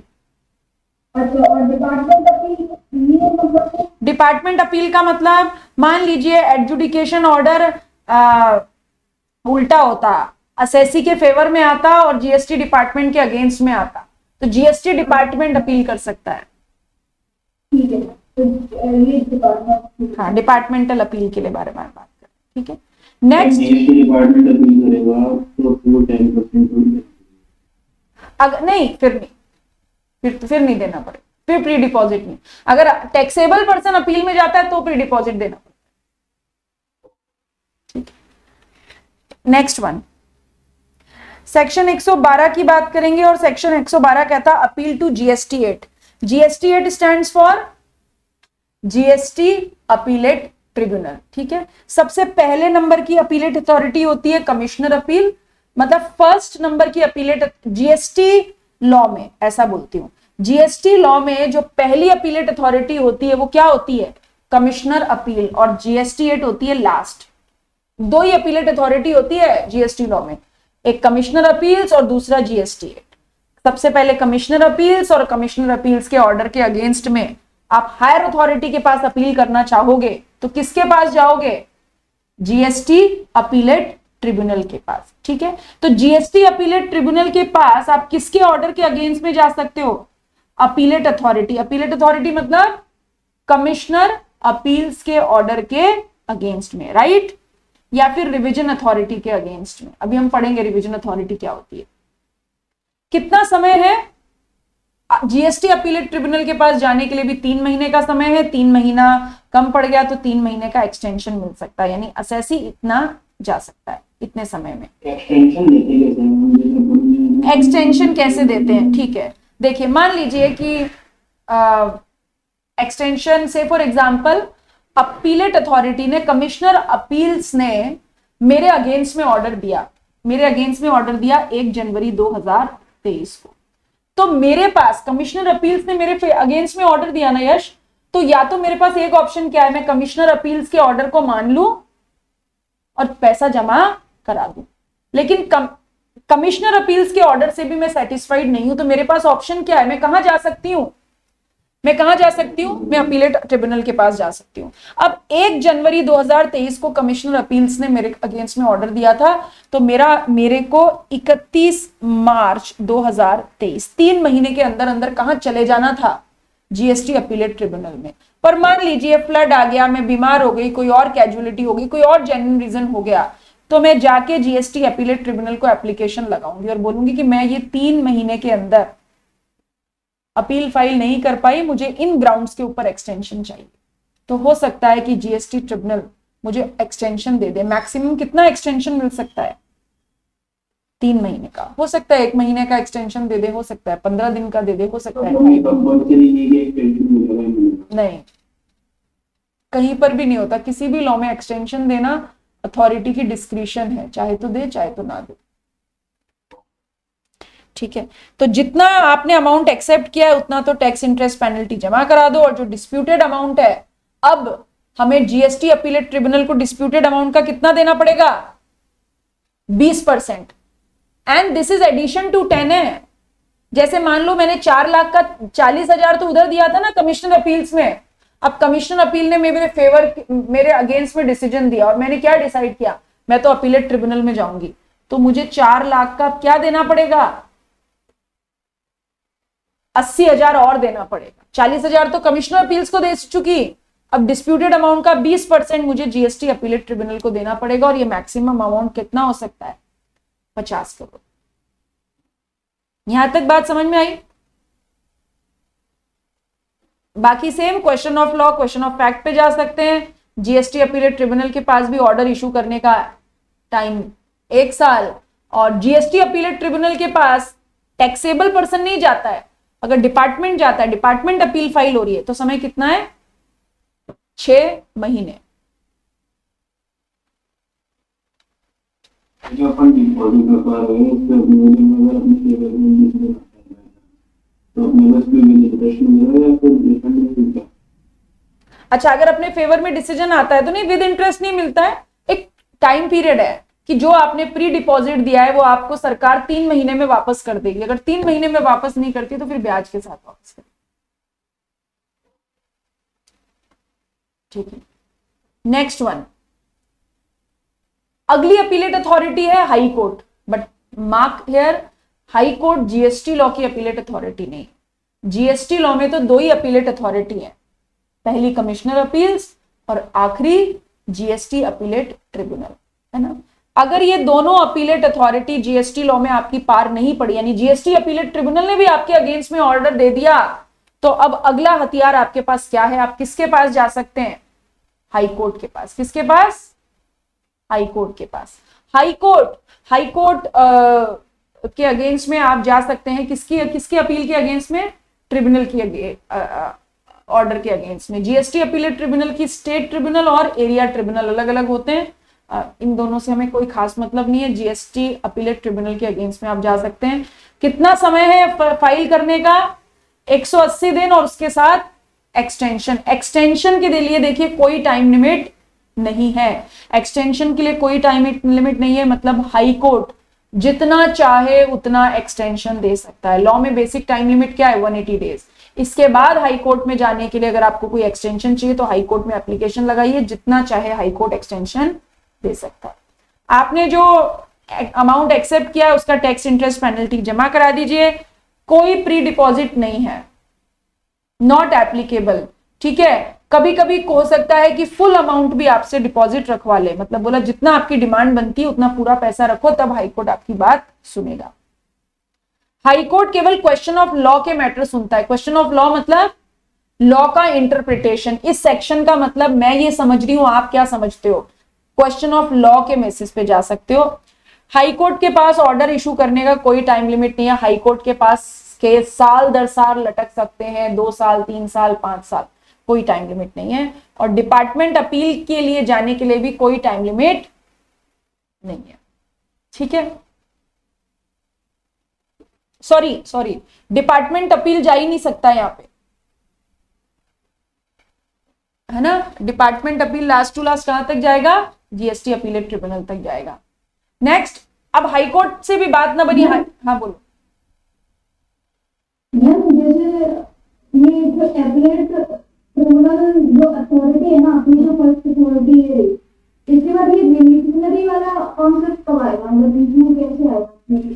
ये ना, ये रिवीजन अथॉरिटी, अभी हम इसी के बाद अगला टॉपिक पढ़ेंगे, रिवीजन अथॉरिटी। शॉर्ट में आपको बताती हूं कि एडजुडिकेटिंग अथॉरिटी के ऑर्डर को रिवाइज कर सकती है रिवीजन अथॉरिटी। तो अगर आप रिवीजन अथॉरिटी के ऑर्डर से सेटिस्फाइड नहीं हो तो भी आप जीएसटी अपीलेट ट्रिब्यूनल के पास जा सकते हैं। अभी बोलो।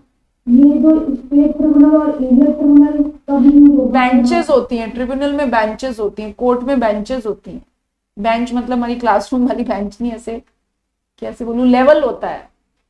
स्टेट बेंच, एरिया बेंच, ठीक है, ये छोड़ भी सकते हो आप, इस बात का कोई सेंस नहीं है। रिविजनरी अथॉरिटी के बाद मतलब ये यहाँ पे जाएंगे अपीलेट अथॉरिटी और रिवीजन अथॉरिटी के डिसीजन के अगेंस्ट में आप जीएसटी अपीलेट ट्रिब्यूनल के पास जा सकते हैं, और जीएसटी अपीलेट ट्रिब्यूनल के अगेंस्ट में आप हाई कोर्ट में जा सकते।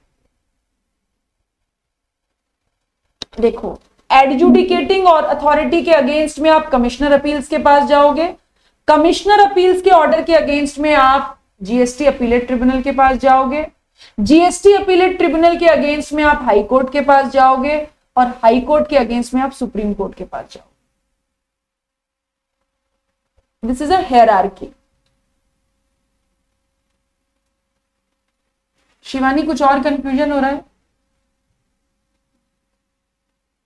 मतलब ये स्टेट ट्रिब्यूनल और एरिया ट्रिब्यूनल कुछ नहीं है। ठीक, next, supreme court GST appellate tribunal की नेशनल बैंक और रीजनल बेंच। अच्छा, याद रखने के लिए आप ये याद रख सकते हो, देखो मतलब ऐसा,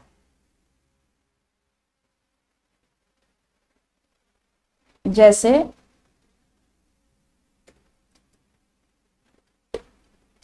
अपीलेट अथॉरिटी के ऑर्डर के अगेंस्ट में आप किसके पास जा सकते हो? जीएसटी अपीलेट ट्रिब्यूनल के पास जा सकते हो। और जीएसटी अपीलेट ट्रिब्यूनल की स्टेट बेंच और national bench, GST appellate tribunal की स्टेट बेंच के अगेंस्ट में आप हाई कोर्ट के पास जा सकते हो और नेशनल बेंच के अगेंस्ट में आप सुप्रीम कोर्ट के पास जा सकते हो। जीएसटी अपीलेट ट्रिब्यूनल के स्टेट बेंच से दुखी हो तो हाई कोर्ट के पास जा सकते हो, जीएसटी अपीलेट ट्रिब्यूनल की नेशनल बेंच से दुखी हो तो सुप्रीम कोर्ट के पास जा सकते हो।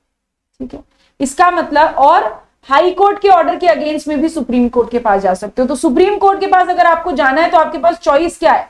या तो ट्रिब्यूनल की नेशनल रीजनल बेंच के अगेंस्ट में जाओ या हाई कोर्ट के अगेंस्ट में जाओ। टाइम लिमिट 60 दिन प्लस एक्सटेंशन। सुप्रीम कोर्ट के पास जाने के लिए 60 दिन का समय है और एक्सटेंशन जितना चाहे सुप्रीम कोर्ट एक्सटेंशन दे सकता है। जो अमाउंट आपने एक्सेप्ट किया उसका टैक्स इंटरेस्ट पेनल्टी जमा कराना पड़ेगा और क्वेश्चन ऑफ लॉ के अगेंस्ट में जा सकते हैं। और सुप्रीम कोर्ट के पास भी ऑर्डर इशू करने का कोई टाइम लिमिट नहीं है, जितने समय में चाहे सुप्रीम कोर्ट ऑर्डर दे सकता है। इसीलिए सुप्रीम कोर्ट के पास केस लटकते रहते हैं।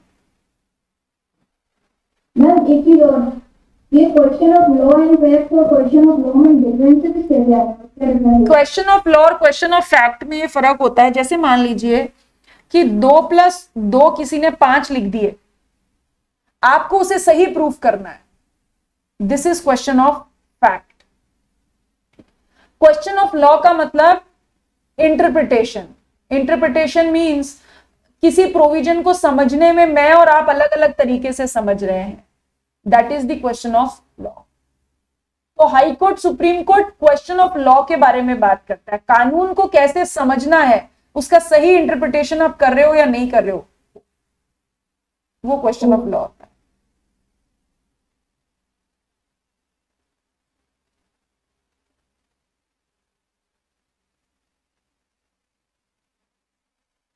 ये हटा दो, इस बात का कोई मतलब नहीं।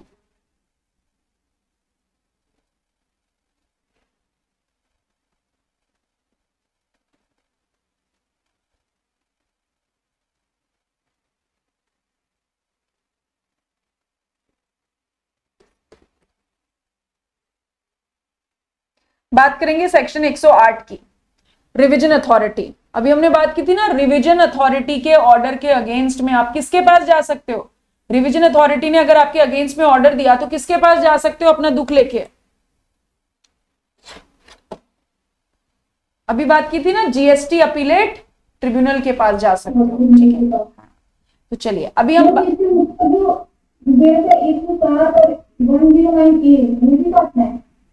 क्या सेक्शन 107 और 109A, हाँ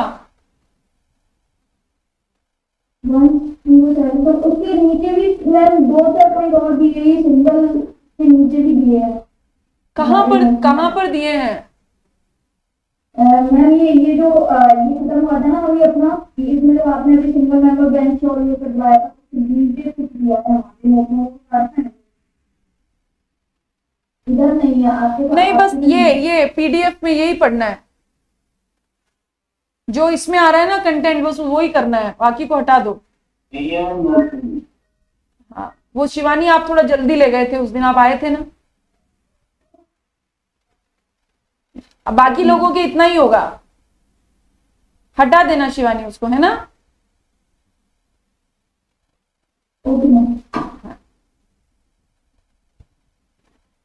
ठीक, नाउ अभी हम बात करेंगे पावर ऑफ रिवीजन अथॉरिटी की। ठीक है, अब कौन है रिवीजन अथॉरिटी और रिवीजन अथॉरिटी के अगेंस्ट में आप, रिवीजन अथॉरिटी के पास आप किस किस केस में जा सकते हो। तो सबसे पहले बात कर लेते हैं रिवीजन अथॉरिटी कौन है। रिवीजन अथॉरिटी है कमिश्नर या एडिशनल या जॉइंट कमिश्नर। मतलब ऐसा बोला किसको जैसे बोलते हैं ना कि जैसे किसी को स्कूल में हेड गर्ल बना देते हैं, ऐसे ही रिवीजन अथॉरिटी किसको बनाया? कमिश्नर को या एडिशनल या जॉइंट कमिश्नर को। ठीक, अब होगा क्या कि इस रिवीजन अथॉरिटी के सबऑर्डिनेट ने, मतलब कमिश्नर या एडिशनल और जॉइंट कमिश्नर, ये रिवीजन अथॉरिटी है। ठीक, तो इनके ऑर्डर के अगेंस्ट में, इनके सबऑर्डिनेट के ऑर्डर को अगर रिवाइज करना है तो पावर किसके पास होगी? तो पावर होगी रिवीजन अथॉरिटी के पास में। अब रिवीजन अथॉरिटी क्या करती है? ऑन हिज ओन मोशन, या तो अपने आप, या अपॉन इंफॉर्मेशन रिसीव्ड और रिक्वेस्टेड, या जब उनको कोई इंफॉर्मेशन रिसीव हो रही है या कोई रिक्वेस्ट रिसीव हो रही है, ठीक है, या फिर रिवीजन अथॉरिटी को ऐसा लगता है कि कोई भी ऑर्डर जो उनके सबऑर्डिनेट ने पास किया है वो इरेनियस है, मतलब गलत है, in so far as it is prejudicial to the interest of revenue, इस कारण गलत है कि उस ऑर्डर के कारण सरकार की रेवेन्यू को नुकसान हो सकता है, या इलीगल या इम्प्रॉपर है, या फिर जो मटेरियल फैक्ट्स हैं उसको कंसीडर नहीं किया गया है। ठीक है, मतलब रिवीजन अथॉरिटी खुद से या कमिश्नर की रिक्वेस्ट पे या कोई इंफॉर्मेशन रिसीव है उसके बेसिस पे अगर उसे ये तीनों पॉइंट लगते हैं, ठीक, तो वो क्या कर सकती है? अपने सबऑर्डिनेट के ऑर्डर को रिवाइज कर सकती है। It can stay decision enhancing, modifying और एनवलिंग द सेट डिसीजन ऑर्डर। अब वो क्या करेगी? अपने सबऑर्डिनेट के डिसीजन या ऑर्डर को, ठीक है, स्टे कर सकती है, इनहेंस कर सकती है, मॉडिफाई कर सकती है, एनुअल कर सकती है, मतलब समअप कर सकती है, बदल सकती है, रोक सकती है। रिवीजन अथॉरिटी को ये सारी पावर होती है कि अपने सबऑर्डिनेट के ऑर्डर्स के साथ ये सब कर सकती है। कौन कौन से केसेस में रिवीजन अथॉरिटी के द्वारा रिवीजन अलाउड नहीं होता? कौन कौन से केसेस में अलाउड नहीं होता? मान लीजिए कोई ऐसा ऑर्डर है which has been subject to an appeal under section 107, 11, 117, 118, मतलब कोई एडजुडिकेटिंग अथॉरिटी ने कोई ऑर्डर इशू किया और उसके अगेंस्ट में आप अपील फाइल कर चुके हो।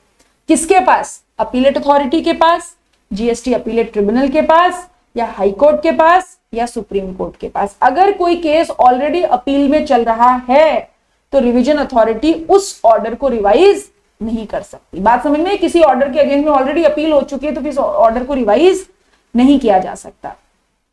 ठीक है, या फिर the 6 months period has not yet expired, departmental appeal or more than 3 years have expired after the passing of the decision sought to be revised. ठीक है, मतलब the 6-month period has not yet expired. जब आप department appeal मतलब जब आपके पास adjudication order आ जाता है, ठीक है, जब आपके पास एडजुडिकेशन ऑर्डर आ जाता है, उस एडजुडिकेशन ऑर्डर से अभी तक 6 महीने नहीं बीते हैं।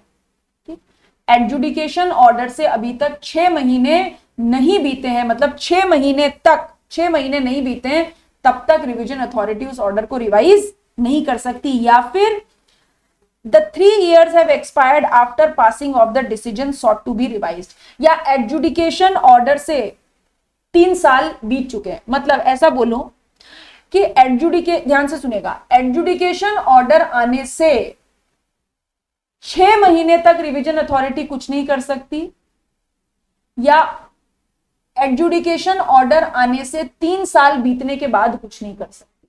मतलब 6 महीने तक हम समय देंगे कि जो पर्सन है, जो टैक्सेबल पर्सन है, वो अपील में जा सकता है, और अगर डिसीजन आए हुए 3 साल बीत चुके हैं और तब तक रिवीजन अथॉरिटी ने कुछ नहीं किया तो फिर अभी भी रिवीजन अथॉरिटी कुछ नहीं कर सकती। 6 रिवीजन अथॉरिटी एडजुडिकेशन ऑर्डर से 6 महीने पहले कुछ नहीं करेगी और 3 साल बाद कुछ नहीं करेगी।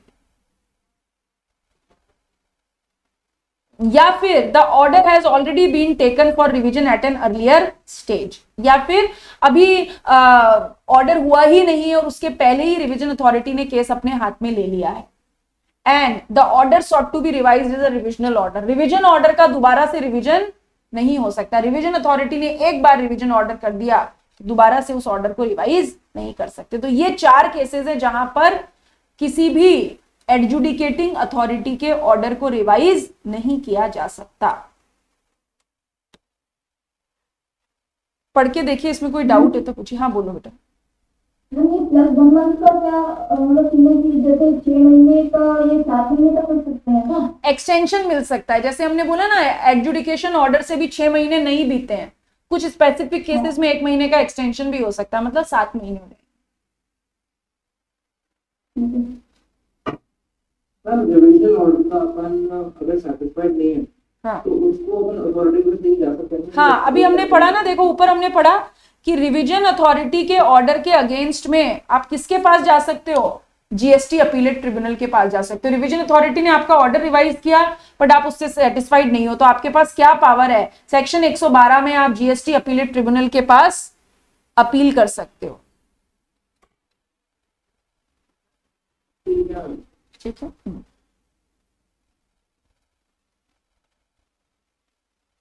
चलो। Now time limit for passing of order, revision authority order pass कर सकती है कब कब कब पास कर सकती है, before the expiry of 1 year from the date of order in such appeal. ठीक है, मतलब एक जिस दिन आप before the expiry of 1 year from the date of order in such appeal, किसी अपील में ऑर्डर गया हुआ है, उसके 1 साल बीतने से पहले आप रिवीजन अथॉरिटी रिवीजन कर सकती है, और before the expiry of 3 years to in clause B above whichever is later. ठीक, एक मिनट, इसको बाद में बात करती हूँ, 2 मिनट होल्ड करके बात करती हूँ। इसको आप ऐसा डायग्राम बनाइए,